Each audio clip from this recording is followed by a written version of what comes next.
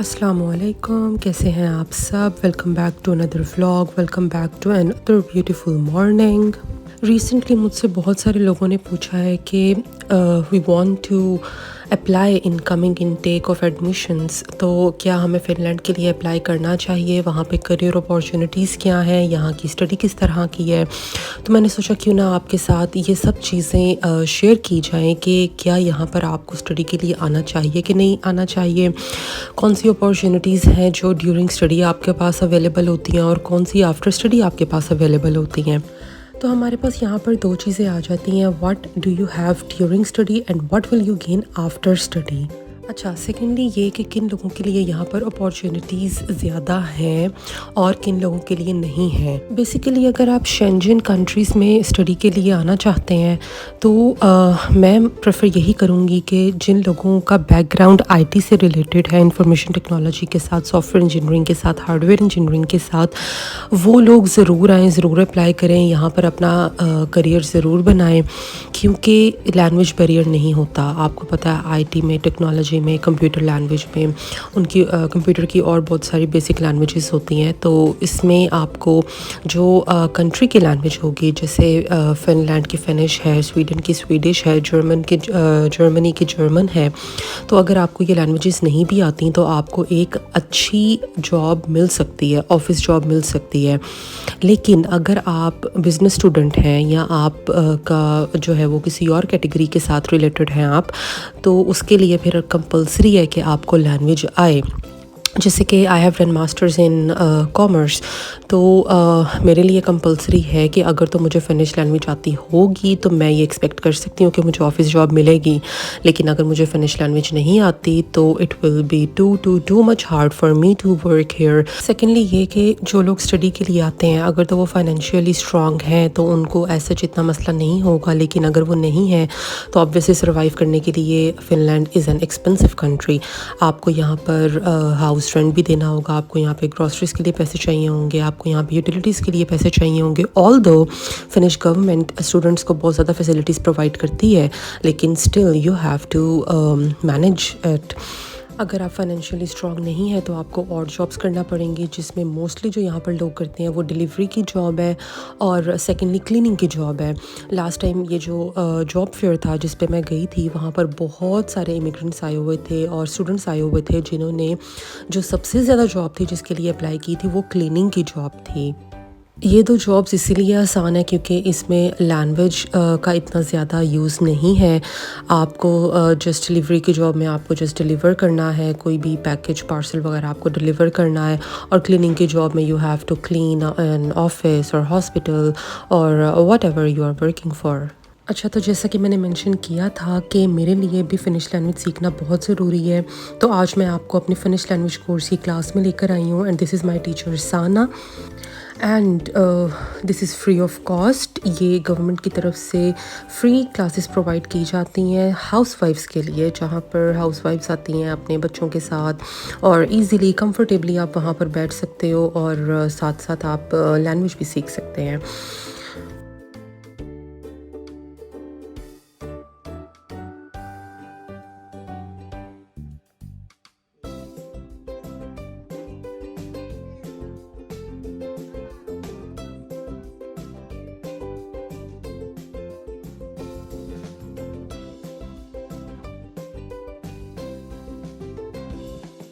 This is Maria, she is also from Bangladesh. ये भी last year यहाँ पर आए हैं, इनके हस्बैंड ने यहाँ पे एडमिशन लिया था यूनिवर्सिटी में।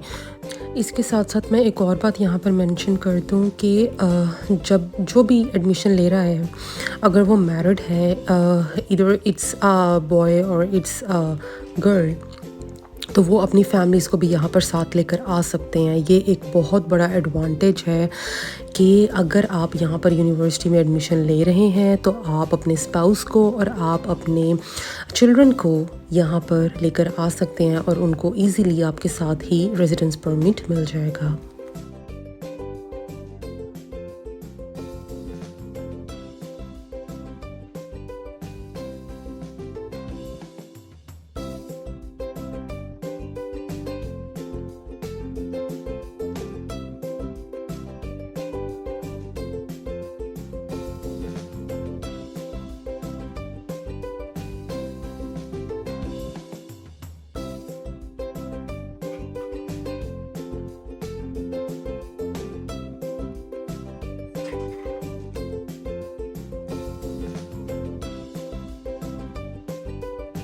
तो जी क्लास हुई हमारी एंड, तो मैंने देखा कि सामने कुछ खाने के लिए पड़ा हुआ है और आपको पता है कि फ्री में खाना मिल रहा हो और वो भी मज़ेदार हो तो भाई वो कौन छोड़ता है, कोई भी नहीं छोड़ता।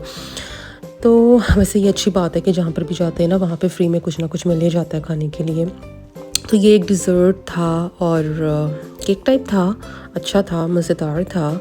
ऑल्दो मेरे हैंड्स फुली ऑक्यूपाइड थे, एक हाथ में मिकाल था और दूसरे में बैग्स थे, मेरा बैग मिकाल का बैग, लेकिन मैंने मैनेज कर लिया।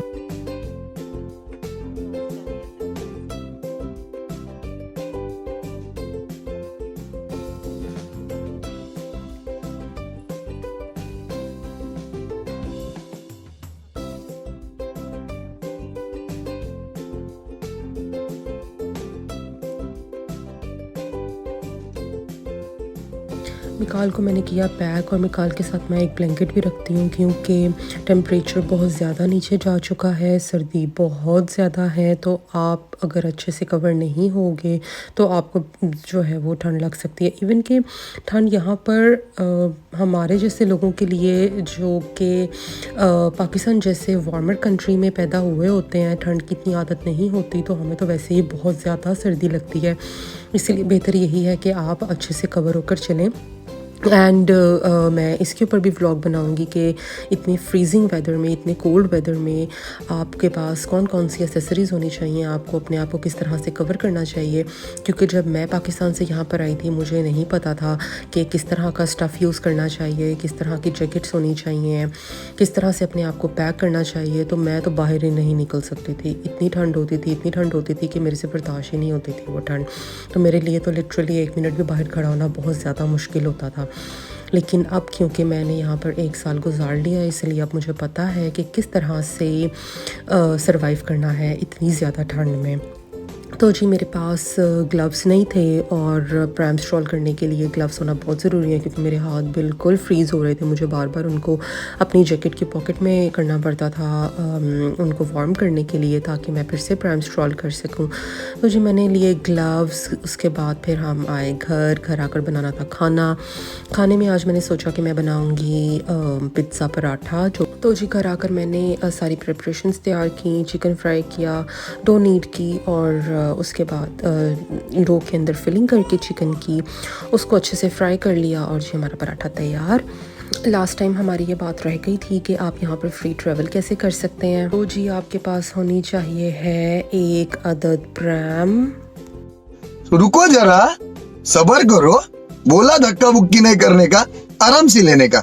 हाँ, और प्रैम के अंदर होना चाहिए काका। हाँ जी, मेरा नहीं, आपका अपना। जी हाँ, if you are having a pram and a baby inside तो आप यहाँ पर फ्री ट्रैवल कर सकते हैं। Like intercity travel is free. अगर आपने दूसरे सिटी जाना है, जैसे मैंने तामप्रे से हेलसिंकी जाना है, तो फिर मुझे पे करना पड़ेगा। अदरवाइज़ अगर मुझे तामप्रे में ट्रैवल करना है तो मैं फ्री ट्रैवल करूँगी। Thank you so much for watching.